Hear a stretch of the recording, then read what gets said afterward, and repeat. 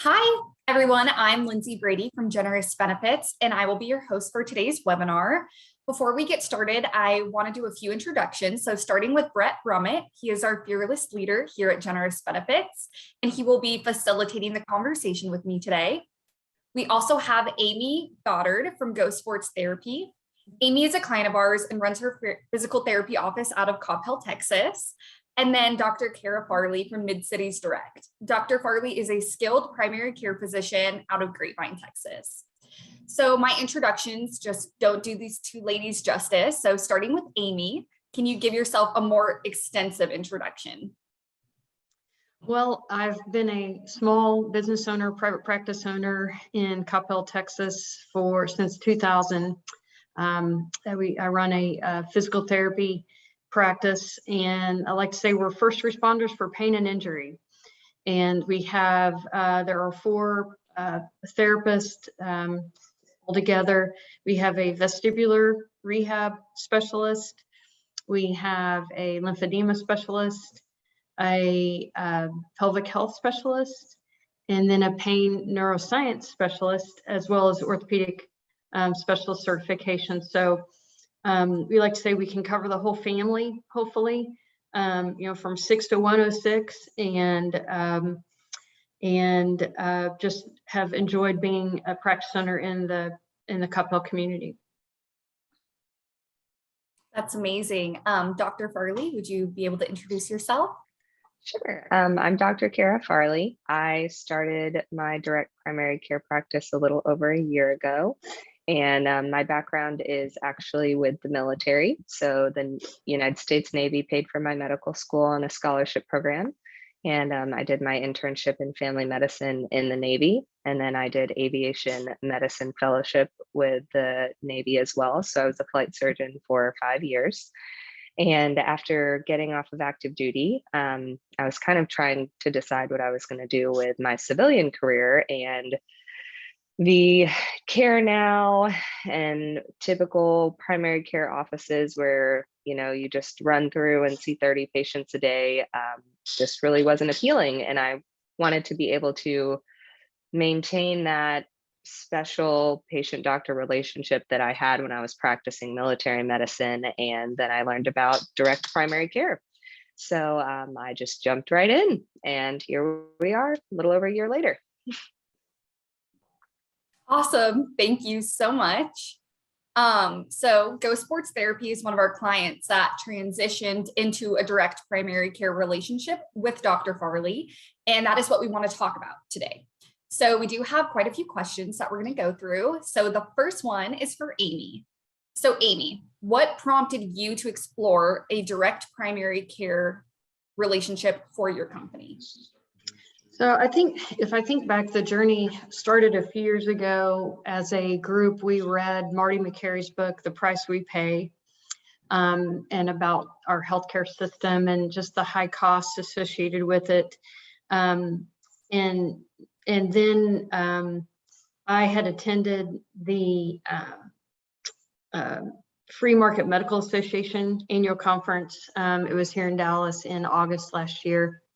And learned more. I'd heard about direct primary care, had been intrigued by it, but then at that annual conference, just learned more about it, and at the time was getting ready to have to re-up with our healthcare offerings. And over the years, we'd offered traditional healthcare, but the costs just going way up.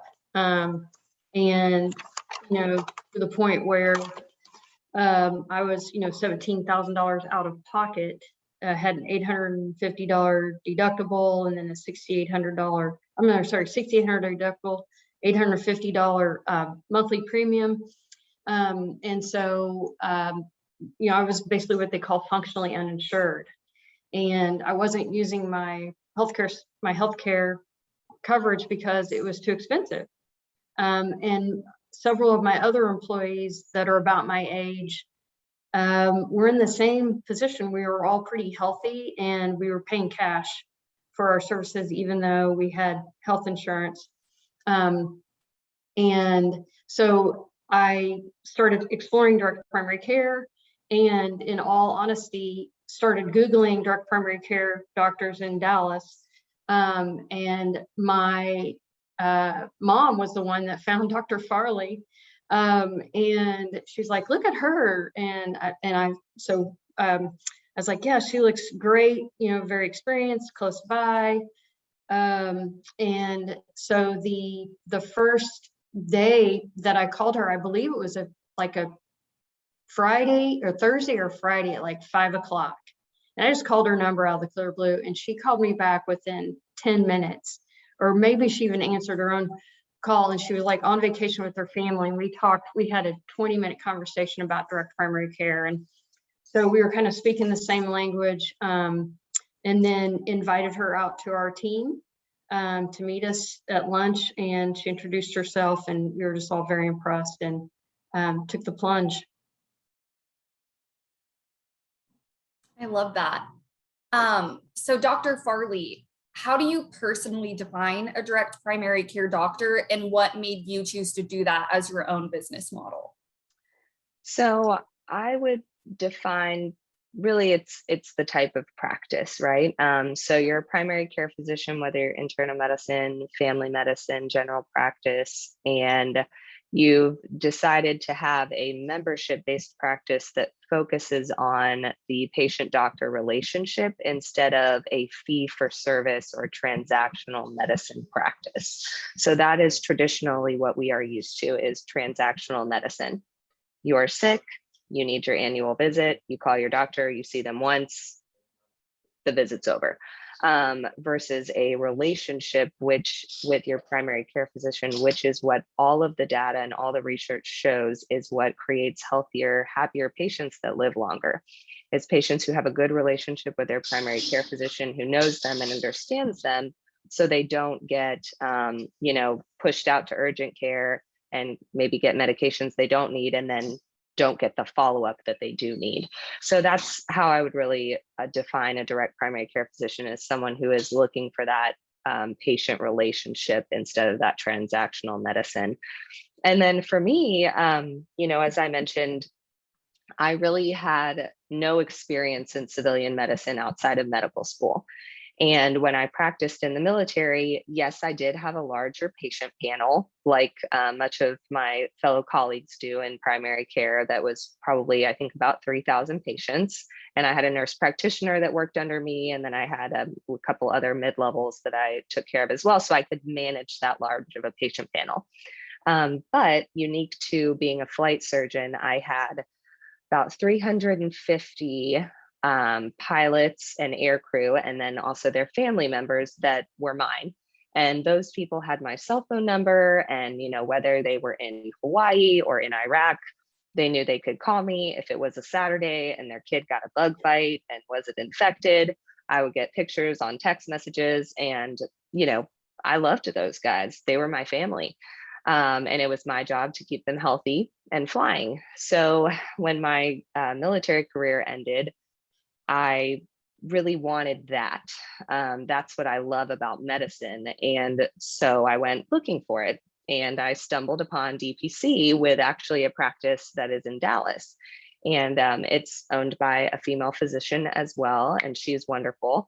And she really encouraged me. She was like, you can do this. You can start your own practice, and you can be the doctor you want to be and provide the quality care that you want to provide.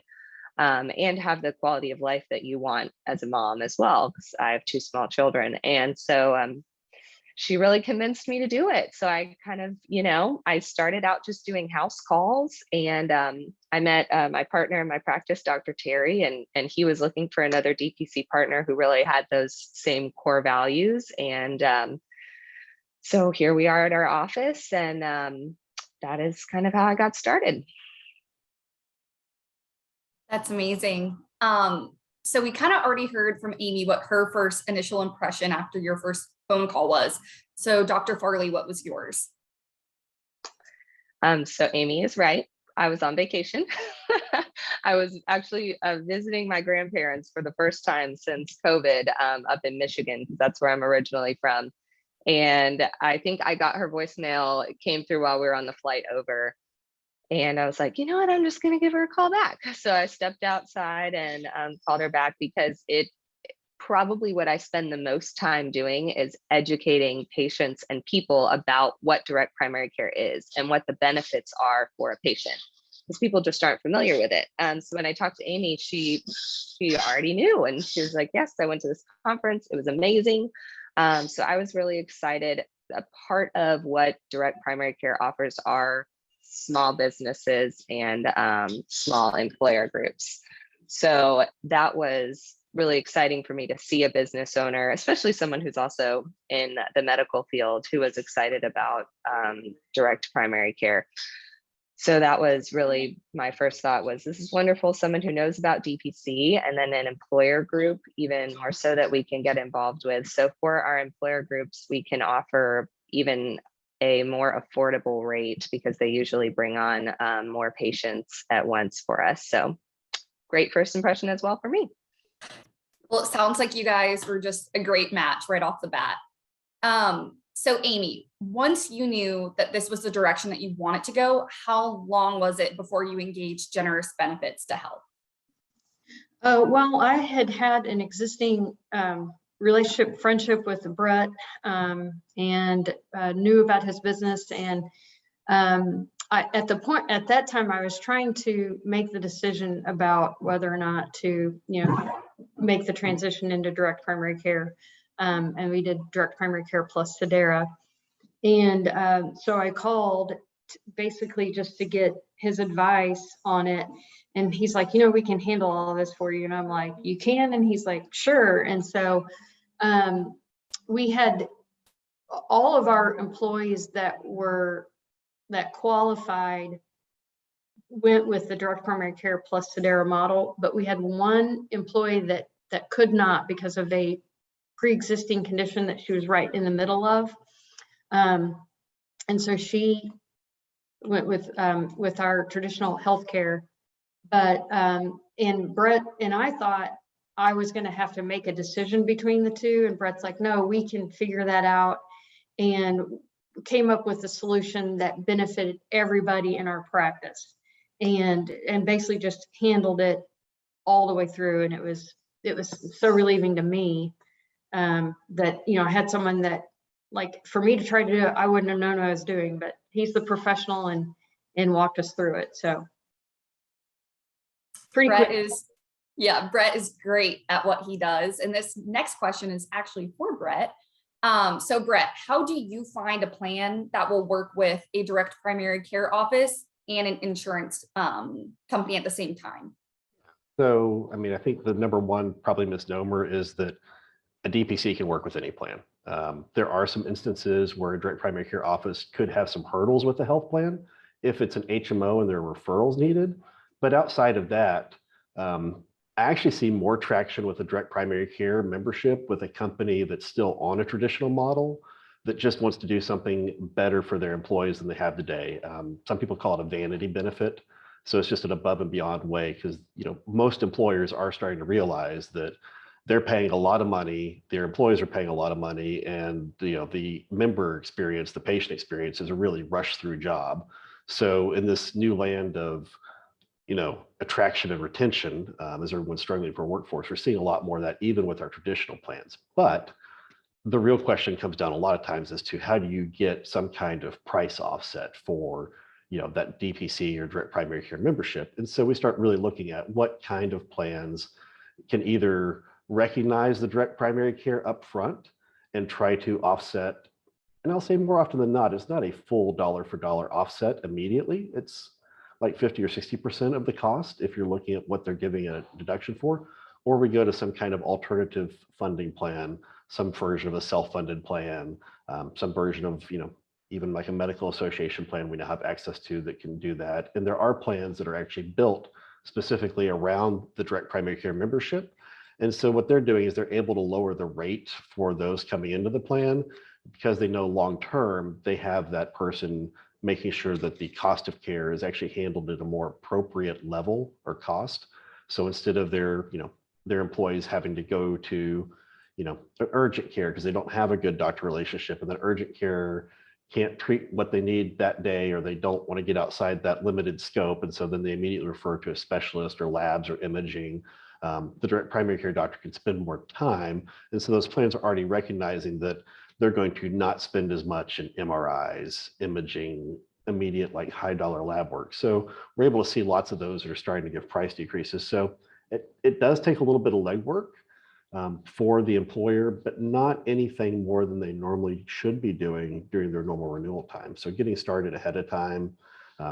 Amy's a great example. She had some education ahead of time. So when it came time to make that change, it wasn't too much all at one time. Like they didn't have to explore, like, what is the concept? How do we make a decision? And then do it all, try to get it done within 30 days. So Amy did it the right way. So not everyone does, and we can still make it successful even if we have to do a 15-day fire drill. Great, thank you so much. So previously, Dr. Farley had mentioned how important it is for her to have a great relationship with her patients. So Dr. Farley, how did you foster the employee relationships from Go Sports Therapy? Well, I think Amy touched on this a little bit already. So whenever I have an employer group like Go Sports Therapy that was interested, but, and kind of wanted to learn more about DPC, I always offer to come out to their office and talk to the employees, because as I said before, the biggest thing is education with what a DPC is and what it can do for the patients. So I went out to Go Sports Therapy for lunch and did a little talk about DPC. And I remember specifically, and maybe Amy does too, that one of the employees was a little hesitant about, okay, how is this actually going to work in real life? Because it sounds almost too good to be true. I have this doctor who knows me, who's there all the time, who will answer my text messages. Like, this is not possible that it could exist. And will even do house calls if my kid's sick on a Saturday. And then it was, well, what if I need something more like imaging and those sorts of things that obviously, we have an EKG machine. I can do skin biopsies and those sorts of things in my practice, but gets a little bit more challenging when I need extra things outside of that. And so we just kind of broke it down. Me being there allows me to answer those more difficult questions and to say, hey, this is how it's worked before. This is how we get things taken care of. This is how it pairs specifically for Go Sports Therapy, who chose to do Citied, which is a medical cost share. So this is how it typically is used with a medical cost share. And I think what patients are not used to, in addition to like that relationship-based care that they get in a DPC, is that I am their advocate as their primary care physician. And that's really what a primary care physician should do. So I'm their advocate and their guide as we say, I think you do need to see a specialist, or I think you don't, and here's why. Or let's go to the specialist and get the treatment plan, and then I will manage it, and we will see them once every 6 months or once a year. And the same thing goes for the insurance or the Citied or whatever it is. If you're having issues with it, because I'm in a DPC model, I can actually take the time to call the insurance, to do the prior authorizations, to be the advocate for the patient and get them the care that I think that they need, versus in a regular practice where, oh, we tried to submit it, didn't go through, sorry, we don't have any more time to bother with it.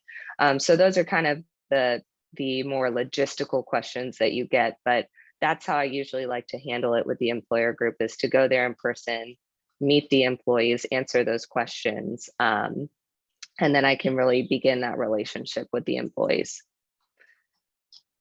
And that sounds like such a great way to start building trust with the employees as well. So I know we just kind of, spoke about their reactions, but Amy, can you touch any more on what your employees' reactions were when you announced that you were making a change from traditional insurance? Yeah, I think I was very lucky in that we had already kind of started talking about some of this stuff, and so we had done, so it wasn't a brand new concept to them. And then I think after they met Dr. Farley, they were like, yeah, this is great. And we've had a very good experience. So far, at the first of the year, I made my first appointment with Dr. Farley just to establish myself as a patient with her. And she spent an hour and a half with me and answered questions that I had been wanting answered on direction on some things. And, you know, I call it the right care at the right time at the right cost. Because I think what happens is when you know, what direct primary care does is it gives patients the access that they've never had before. And if you have easy access, you're going to use it. And when you use it, you're able to prevent all these downstream unnecessary costs when patients are just out there on their own trying to manage their own healthcare. Now you've got Dr. Farley, you know, a competent, kind, caring, available, compassionate provider, you know, literally at my fingertips. You know, I mean, and so you end up getting, like I said, the right care, the right time, the right cost. And that, you know, now it's health care. It's not just sickness management, it's health care. And so, and that's been the experience of our employees. I think they have really been impressed too. It's been a good experience for them as well. And so I was going to say something else and I forgot, but anyway, I'll come back to it. I feel like I'm able to provide my employees better care, and I'm paying 100% of their costs as their employer.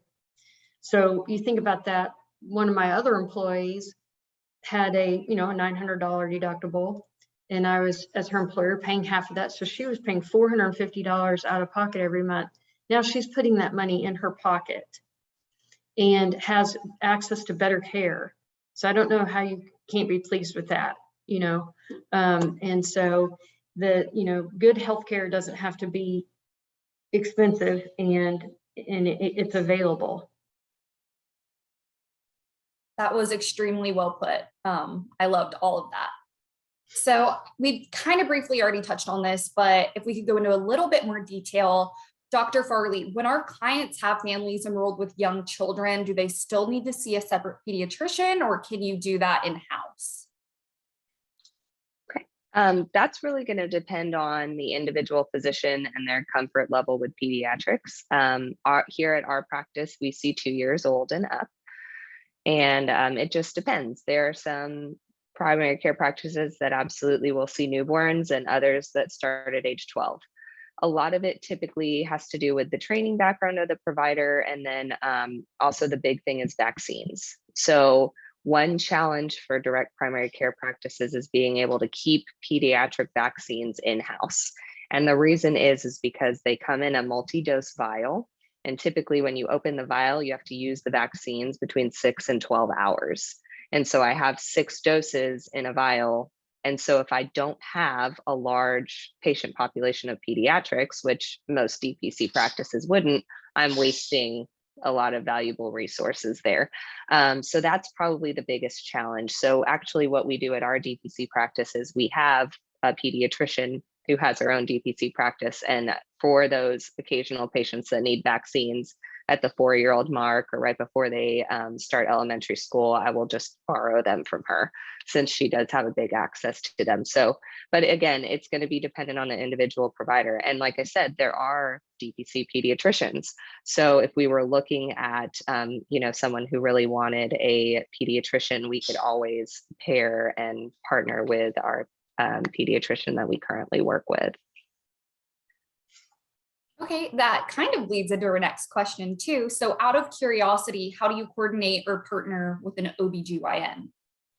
So that's a great question because we do not do deliveries. I have yet to find a DPC practice that does, but I wouldn't be surprised if they're popping up.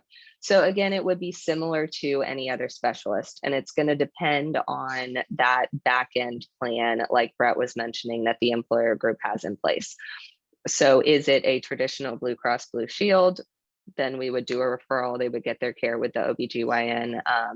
I personally love doing postpartum care. So I would be happy to see them postpartum, but they would see the OBGYN for management during pregnancy and delivery. So that really is going to be dependent upon what they have for their basic insurance. And that's going to be with any specialist referral. So OBGYN, or let's say we have a torn ACL, and I'm like, we did the rehab. I think we're going to need surgery because we're really not seeing improvement, or we have a ton of instability. So again, we would fall back at that time on either the Sedera or the Blue Cross Blue Shield or Aetna or whatever we have to use the specialist there, which kind of brings me to a good numbers point, is that 80% of a patient's medical needs can be handled by your primary care physician.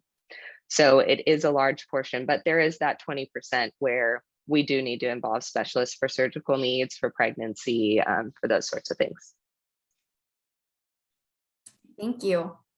Okay, so I'm going to ask Brett a question. So Brett, do you promote this kind of solution to our clients, or do you just wait for them to ask for it like Amy did? No one asked for it. Amy is a super outlier in this situation. So this is something that I guess for almost 5 years now, it's been a bandwagon of mine to the point where I've figured out how to do DPC relationships across companies with employees in like 30 different locations. Like, how do you scale something that's awesome for, a Go Sports Therapy to, somebody in 6 states and then somebody in 30 states. And so that's been a real struggle. And thankfully the technology and the supporters have come there. So it's something that I am comfortable talking about more and more and more. And like I said, I've been doing, the DPC interviews and learning. And by the way, Dr. Farley's an amazing situation, because I do find that probably 75% of the DPCs have come from a burnout state.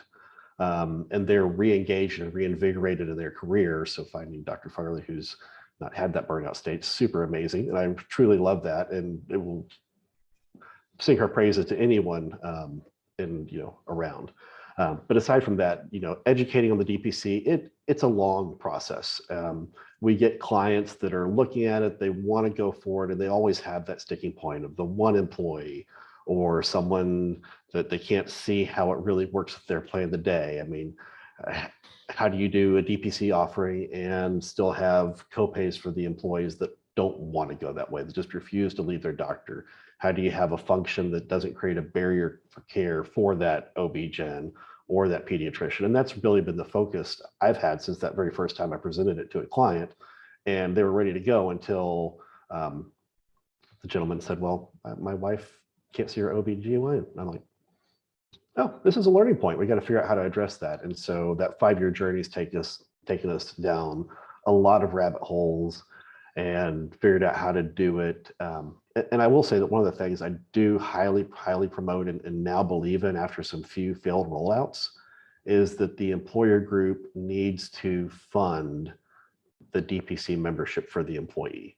We have seen some failed rollouts, and if the employer group only does a portion of it, which can work okay, but long-term it doesn't get the strategic health plan savings. Because when someone's doing this, they want 2 things. We're talking to our employers about how they can have a better quality of care, but we're also talking to them about how they can address the cost of healthcare so that we can have an impact on the cost of health insurance. And so the poor rollouts don't really get that second leg over time, because they're getting an immediate discount for the DPC. But if they're not rolled out and their employees don't get in it, no matter how much education our clients get, there's so much medical marketing, especially in Texas. I mean, this is a hyper-competitive medical market. The employees will find a reason or get suckered into something, and they'll go outside of that DPC funnel, and they'll get back into high-cost care immediately, and sometimes high-cost inappropriate care in a very sad way.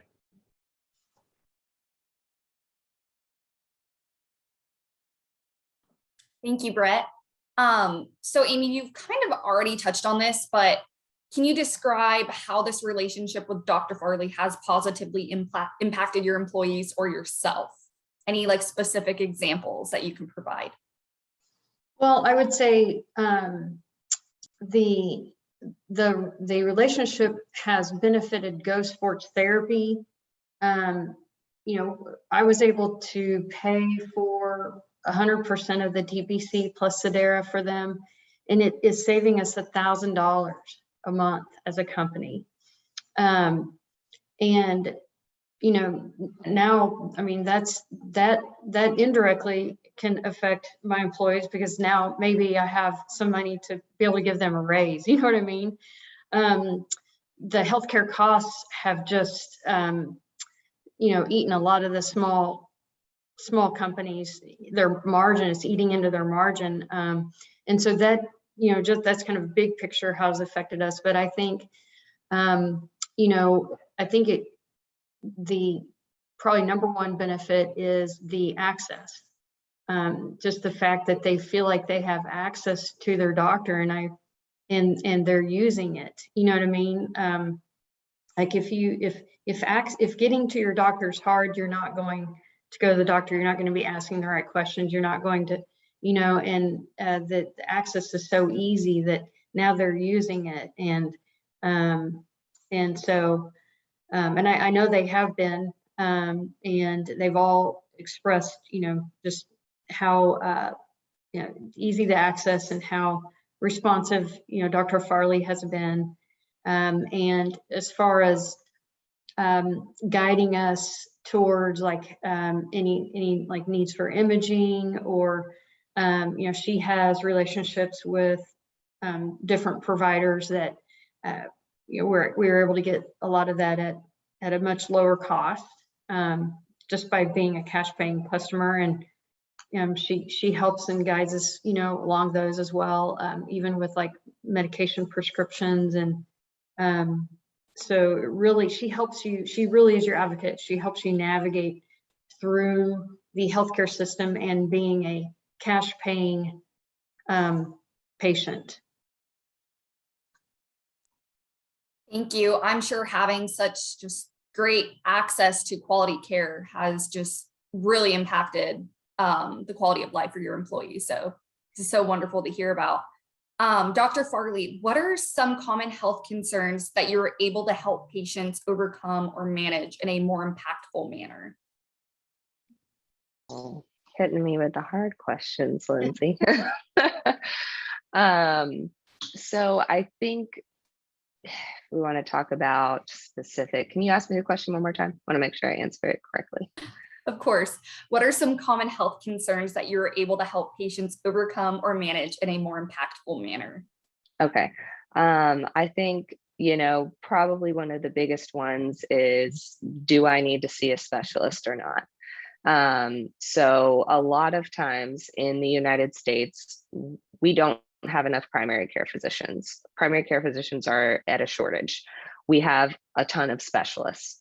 And really that comes down to the training of physicians, and in medical school, it's kind of frowned upon to go into primary care.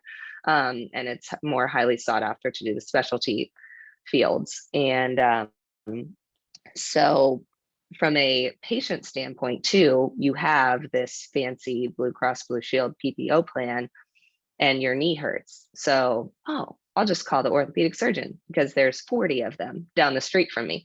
You know, when actually, and Brett kind of touched on this earlier, you get into this high cost care that you might not need. When truly you could go to your primary care doctor, they could do a knee exam and tell you, hey, I think you have an inflammatory overuse condition. I don't think you have an acutely torn ACL. I don't think you need surgical intervention. And when you see the orthopedic surgeon, that's probably what you're going to get. So I think that, but in our model, if it takes me 3 weeks to get in to see my primary care doctor, and I may or may not see them, and I might see the NP or the PA, and then it only takes me 3 weeks to go in and I get to see the orthopedic, why wouldn't I just do that instead? But then you're going to get probably overcare that you don't need, and potentially even sometimes end up with a surgery or a scope that you don't need. And that's really what we see in the United States is we are the most overtreated, unhealthy patient population in the world. We get more care than any other country, and yet we have one of the unhealthiest patient population. And that's where part of the breakdown is. So I think that's one really big thing that I can do in a DPC that I don't necessarily have the option of doing otherwise. And then the other biggest thing I can help with is patient education. Okay, because a lot of times in a traditional practice, you would go in and see the doctor and they say, oh, you got, I think you got starting to get diabetes. Here you go. Here's a script for diabetes medication. No education is given at all. So if that happened in my scenario, we did the labs. I would either call the patient or maybe they come in with their lab work and I say, well, your A1C is at a 6.9, 6.5 and above is considered diabetic. Now, our goal is to keep your A1C under 7. And these are the ways that I think we can do that. We can use medications. We also need to use lifestyle and diet. And I can sit down and have a conversation with them about what medications are available and about how they need to make those diet and exercise changes. So you end up with a patient who's much more educated about their disease process and their treatment options so that they're more likely to be compliant with their care versus, I don't really know what's wrong with me. Do I even need this medicine? Maybe I take it for 2 months, then I probably stop taking it. And then guess what? 4 months down the road, I'm off my medicines and now I'm in diabetic ketoacidosis and I end up in the hospital, which wouldn't have happened if I had just had the proper education from my physician. Yeah, that education is key. So we're going to kind of switch topics here for a second. So Amy, you are a practitioner as well, and I've heard you were exploring a membership or a fixed payment model of care. So can you tell us more about that? Yeah, so Dr. Farley mentioned that 80% of patients, don't need a primary, they need a primary care doctor, not necessarily a specialist. So, and if you start to think about musculoskeletal dysfunction, which is what physical therapists treat, it's the most expensive cost of care for employers on the work comp side and the healthcare side. And yet, only 4 to 6% of the people that go to their doctor for, musculoskeletal pain get referred to physical therapists. And so we're trying to change that. We think that patients should have direct access to a musculoskeletal primary care therapist is kind of the thought. I mean, so 80% of the musculoskeletal pain that we see we call it functional. It's not medical. And if you could, just like Dr. Farley was saying, if you could get to that patient at the right time early and give them the right information and talk to them about what do their MRI findings really mean. It's not you don't have a disc disease. And so we're doing a lot of patient education, right at the front and really assuring them that, hey, this is treatable, manageable from a physical therapy functional perspective. You don't need an MRI, and you don't need the pain meds and the muscle relaxers that you got from the ER.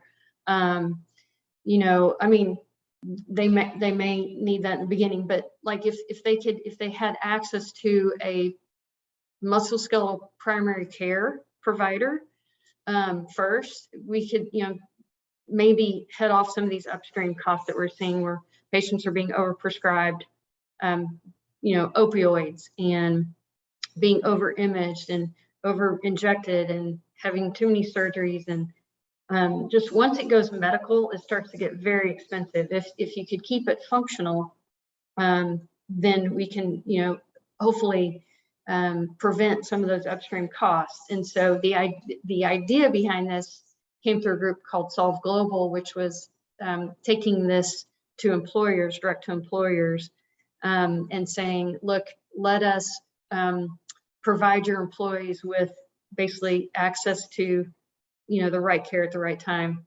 and let us help manage your musculoskeletal costs. So the idea is that your employees are your greatest asset, and you have a preventative maintenance program for your copier. You have a preventative maintenance program for your vehicle fleet. You have maintenance program for your IT, for all your computers. Let us be your preventative maintenance program for your employees, and let us, have access to them early. And we have predictive analytics that allow us to, they do a 1-minute survey once a month, and that gets put into an algorithm that can show us the employees or the patient that's at the most risk. So there's another statistic that says 80% of people only care about their health if they're sick. And so this is a way to get to the 80% that's not really caring about their health. We can go to them and we can say, look, we're noticing that you're at risk. Can we help you?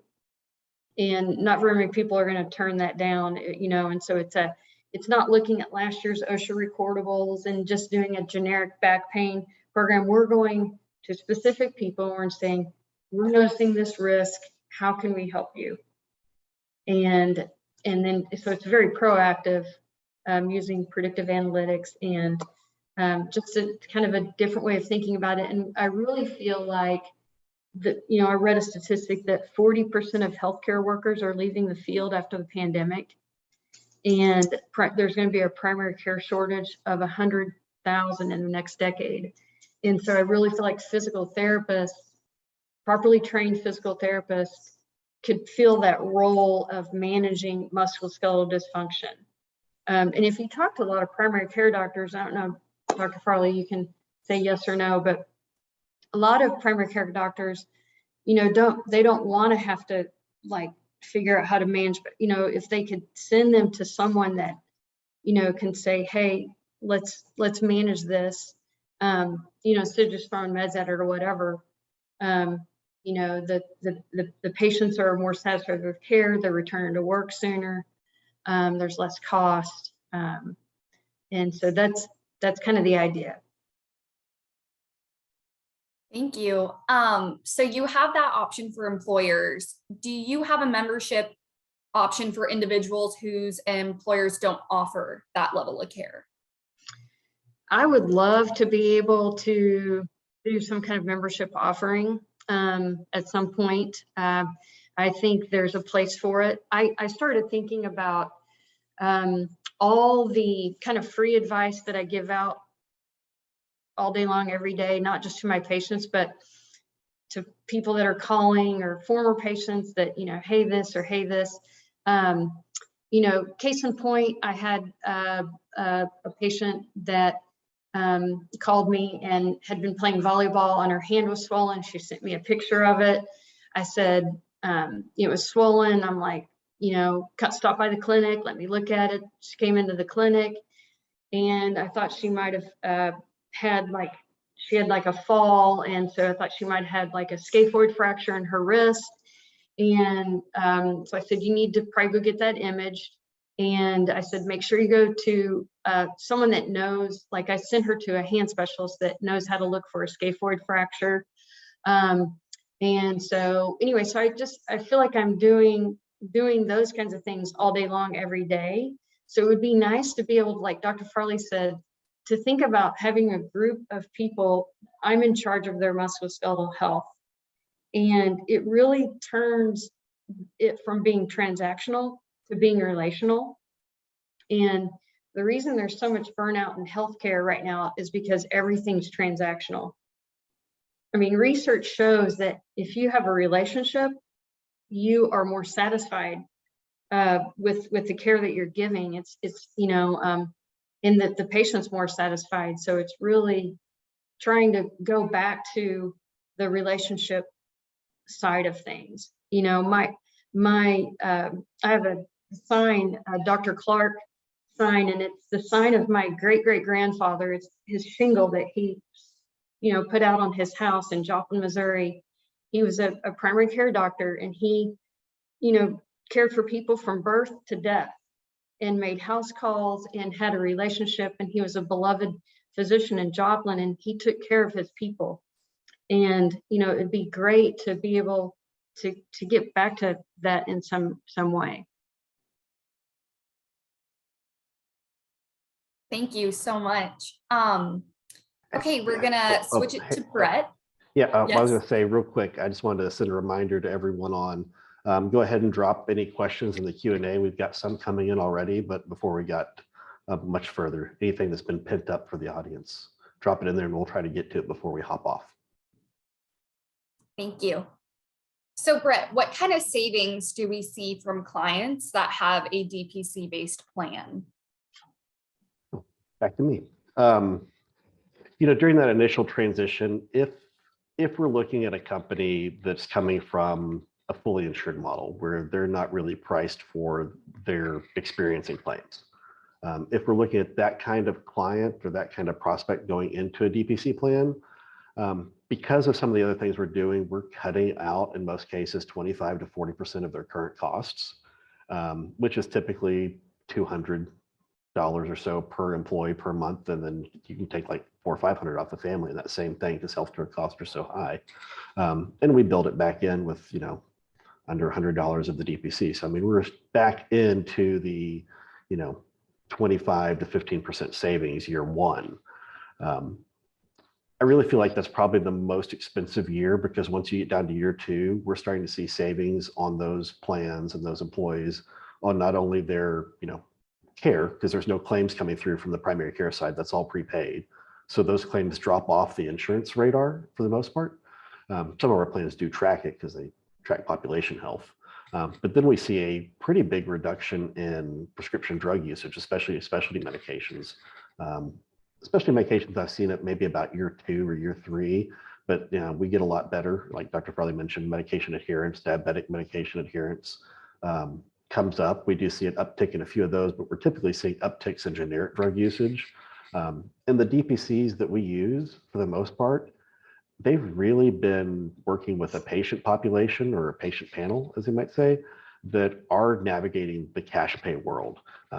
So it's this strange informal training that the direct primary care doctors have got of how to buy things for the cheapest level so that they actually don't create another barrier to care for their patients. And so because they've had to do that when they get to the insurance world, they haven't lost that training. And even though we have, 80,000 drugs they can get, they're still getting the most effective, lowest cost medications.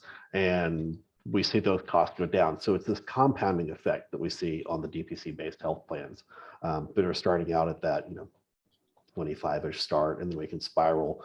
And we have several clients now, we're in like year 3 and 4, and they have had price reductions and not raised cost and no member experience in the last few years. And so those that have maintained and didn't fail because they stopped paying for the DPC membership, those savings have been perpetual. Awesome, thank you. Okay, so I think we're going to start getting into some of the questions from the audience now. So this first one is for Dr. Farley. How much does a DPC membership cost? Okay, that's a great question. So every DPC is different because we're all usually physician privately owned. Our DPC is $90 a month for adults, and it's $50 a month for kids. When you build out a family plan, each additional family member is 15% off. Now, for our employer groups, it's $75. I think it's $76.50 because it's that 15% off for the employees as well. Because, like I said, usually the onboarding process, we get several patients, and that's the cost. And I always tell people, I was talking to someone today, and she said, "Okay, so every time my husband comes in, then how much is it?" And I said, "No, that's it." And I said, "He can see me every single day if he wants to of the month." And I was like, "And some people I do. No, I don't see that often, but I'm like, I'm available, if you need to text me, if we need to do a video call, if I decide that you do need to come in, that it's all included underneath that umbrella." And I really encourage my patients to call me instead of going to the ER first. Obviously, if you're having crushing chest pain, okay, don't call me. But if you're concerned, like, do I need to go to the ER? Can Dr. Farley handle this? I'm like, just give me a call and we'll figure it out. So that's our pricing. And it really is very inclusive. So I think patients are surprised to hear about that. Great, thank you. Amy, this next question is for you. I think you may have briefly mentioned this earlier, but can you go into more detail on how do you pay for the DPC membership as an employer? Yeah, so we decided to go with the direct primary care model. And then, so then on the back end, we added Sedera as our medical cost sharing community. And that covers kind of anything you set like a initial uninsurable amount, which is kind of like your deductible.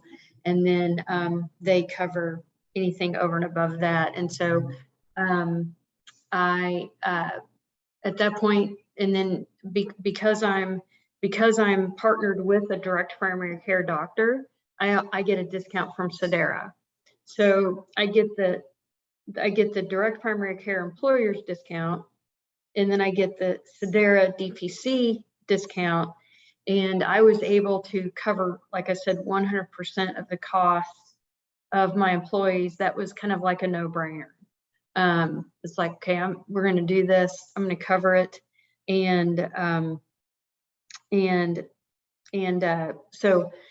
now they, you know, are utilizing it more. And so it was just, it was kind of an easy decision, really. And just to Dr. Farley's point, I always talk about in our current healthcare system, misaligned incentives. It's kind of like the more you go to the doctor, the more that doctor gets paid, or the more that, you know, it's like the incentives aren't aligned. It's so backwards. But now with like a direct primary care, you have increased because you have access, you may have increased utilization. It's not costing you anymore, but you're actually going to be healthier because of it. So the increased utilization isn't driving costs, it's actually driving better health. So I call that aligned incentives. Can I touch on that as well? Yeah, of course. So I think that's an excellent point, because a lot of times patients feel, well, is my doctor just saying, again, they had a 10-minute appointment. Did they just say that because they get paid for giving out a vaccine or for prescribing this certain medication, or they're just doing that because my insurance wants them to code it that way? And with a DPC model, the patient can really feel very confident that what I'm recommending is what's best for their health, because I am not working for their insurance company. I'm not working for the pharmacies or anything like that. I'm working for my patient and my patient's health. All right, I'll piggyback on that too. As the patient, nothing is more frustrating to get my labs done or get an imaging done and then have to make time to leave work and go back into an office. So it becomes a billable event for a provider to go review the stuff with me. Having a DPC now, you know, those things show up in my patient account and the DPC reach out, do you want to talk about it?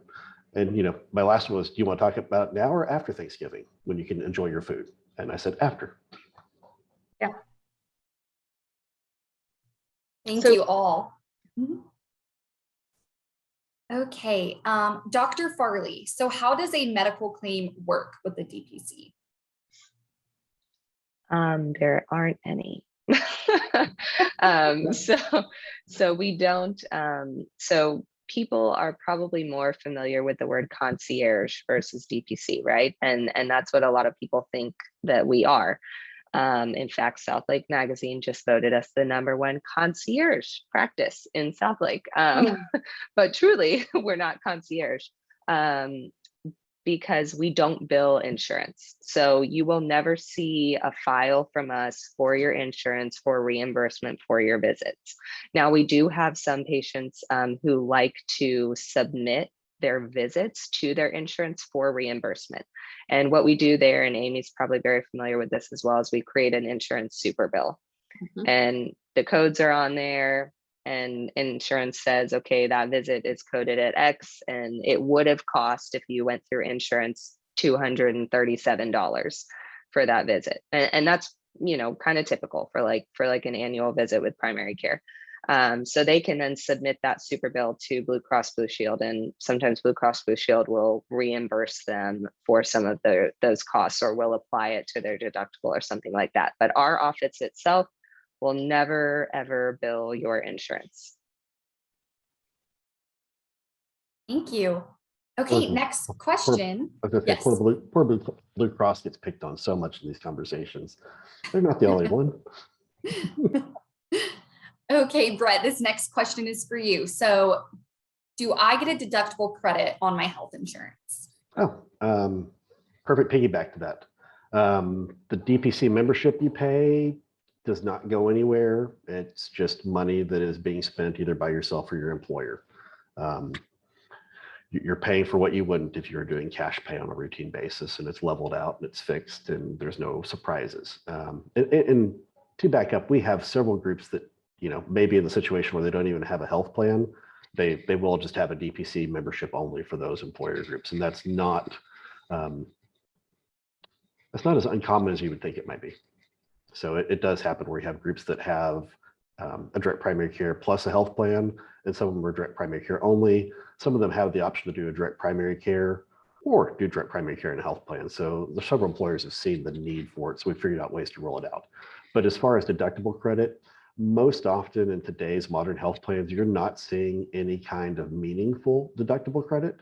When it does happen, it's going to an out-of-network dollar amount, and most out-of-network dollar deductibles are a separate bucket of money, and most of them are sitting at 5,000 or higher. And so, yes, it could buy it down, but unless someone's having, huge surgeries out of network repetitively and just living in that world, it's not going to do much for them. And most people that are living in that world are stuck in a really bad spot where their health plan doesn't have enough providers going through, a traumatic like cancer journey or something where they need one specific person. And so I would say as a general rule, no deductible credit for DPC visits. Yeah, out of network, but you're not going to really see anything for it. Thank you. Okay, this next question is for Dr. Farley. What kind of services does the membership entail? Can you take over my hormone therapy? Great question. Again, going to depend on the specific provider and their training background. So I'll kind of go through ours. I do hormone replacement therapy. That's probably pretty common that most providers do. And I do all forms from pellets to pills. Also, we do, acute visits, right? I think I have the flu or COVID. We do chronic disease management. So high blood pressure, diabetes, high cholesterol, asthma, all those sorts of things. We do like minor cuts, right? Stitches. We do those in our office.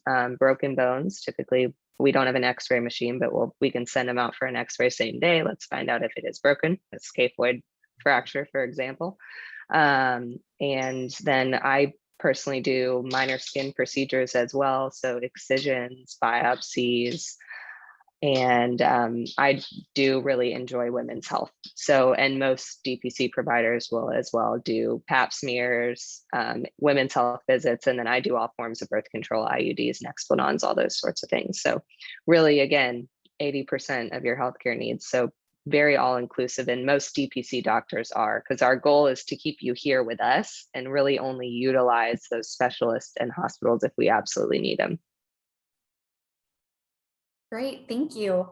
Okay, this next question is for Dr. Farley and or Brett, and it says, what about lab work or tests? Brett, you want to go first? Yeah, so I have a DPC membership for myself, and I also have a traditional I have a self-insured health insurance plan. So as an employer, I'm trying to decide, do I want to pay for it through my health insurance plan, and or do I just want to run cash? And so most cases that I have found, the lab arrangements that the direct primary care doctor's offices have are actually at or below insurance contractual amounts. So I actually just pay and run it outside of the health plan completely, because I'm looking at what's best for my bottom line. Now, if Lindsay was to do the same thing, I would probably expect her just to run it through the health plan and have the labs, because she doesn't have the direct impact as the health plan owner of which way my money comes out, right? So for her, so the answer is traditional health insurance plan, either way, pay cash, do it, or it's the old, is the juice worth the squeeze kind of axiom. The only So I agree. My patients that have traditional, let's say United, so it's not Blue Cross Blue Shield, they typically choose to run it through their insurance. Our lab prices are significantly lower than our insurance prices. However, I will tell patients that. So typically they would pay $100 for one test. Like if they run it through insurance for an A1C, ours is going to cost them $12. So we're talking a significant savings. Typically when you order 4 to 5 labs for an annual visit, it's going to be a big savings for the patient. So it just depends. And I tell my patients that. So if they have a massive deductible and they have to meet their $7,000 deductible before their insurance is going to kick in, they should pay cash because it's going to cost them $60 to get their annual labs. And if they run it through insurance, they can't use my cash pay pricing and they're going to get the insurance price and they're probably going to pay $400 for their annual labs. Thank you. Okay, so I know we've kind of already talked about specialist Dr. Farley, but this audience member asked, what happens when you need to refer to a specialist? Again, it depends on what Brett has created for the back end plan. Okay, so if we have United, then I would, we would find someone who's in network with their United. I would fax all their records over. Depending on the urgency of the need for the specialist visit, I've called myself and made them appointments, because if your primary care doctor calls, you'll probably get an appointment next week versus if the patient calls, it may be 3 months. So, and then if you have something like Cedera, you're a cash pay patient, so you can choose anywhere you want. That being said, I do have a network of specialists who are very familiar with cash pay and they have better cash pay pricing. So we have a gynecologist that we use who is completely cash pay and all her prices are very upfront. So it'd be a great pair for something like Cedera. So it just depends on what the back end plan is. But again, I'm always advocating for my patients. So getting them to the right specialist for them and then, looking at the networks and everything that they have in place. Can I follow up on that question real quick? I know I've done several, direct primary care interviews, and one of the groups, they were very adamant in promoting that they want to, take back-to-back care management plan from the specialist. Is that something similar to what you're trying to do in your direct primary care practice, that once they go there, you want to make sure you're actually helping follow through? Yes, absolutely. So a lot of times we will use the specialist for most of the time when I send it to the specialist, I have an idea of the diagnosis. It's just the treatment is out of my scope of comfort as a primary care provider. So I'm like, okay, I think that you have rheumatoid arthritis and you're going to need a biologic medication. I don't prescribe biologics. So we're going to send you to a rheumatologist. They're going to put you on X medication. And then I'm going to follow you, for the follow-ups. Are we having any issues? How are you doing on the medication? How do you feel? How's your disease process going? And if you're stable on that medication, I'm perfectly fine following you. And then typically we can get these patients, once they're stable, to a once a year specialist visit. Okay, thank you so much. Okay, it looks like this is the last question from our audience, and it is for Dr. Farley. Do you have to have insurance or some kind of health plan to be a part of your DPC? No, you don't. You can have nothing at all. So I always tell people about a third of our patients have no other anything. And it's just they're at a stage in their life, maybe they can't afford it, or they've had such terrible experiences with insurance, they just feel like they'd rather go without. And we are happy to see them. I usually encourage my patients to have something, because catastrophic events occur. And if we need a hospital visit or something like that, that is outside of our practice. And then a third of our patients will have a high deductible plan or a medical cost share, where our practice fits wonderfully with those and will help them save money. And then the other third of our patients have a more traditional plan, but they really have maybe come here out of, my friend told me about DPC. So I signed up and I thought I'd give it a shot for a couple months. And I have several of those patients, and then they come back and they're like, I will never have anything else but a DPC because it's so wonderful. So that's our patient population is any or all of those options.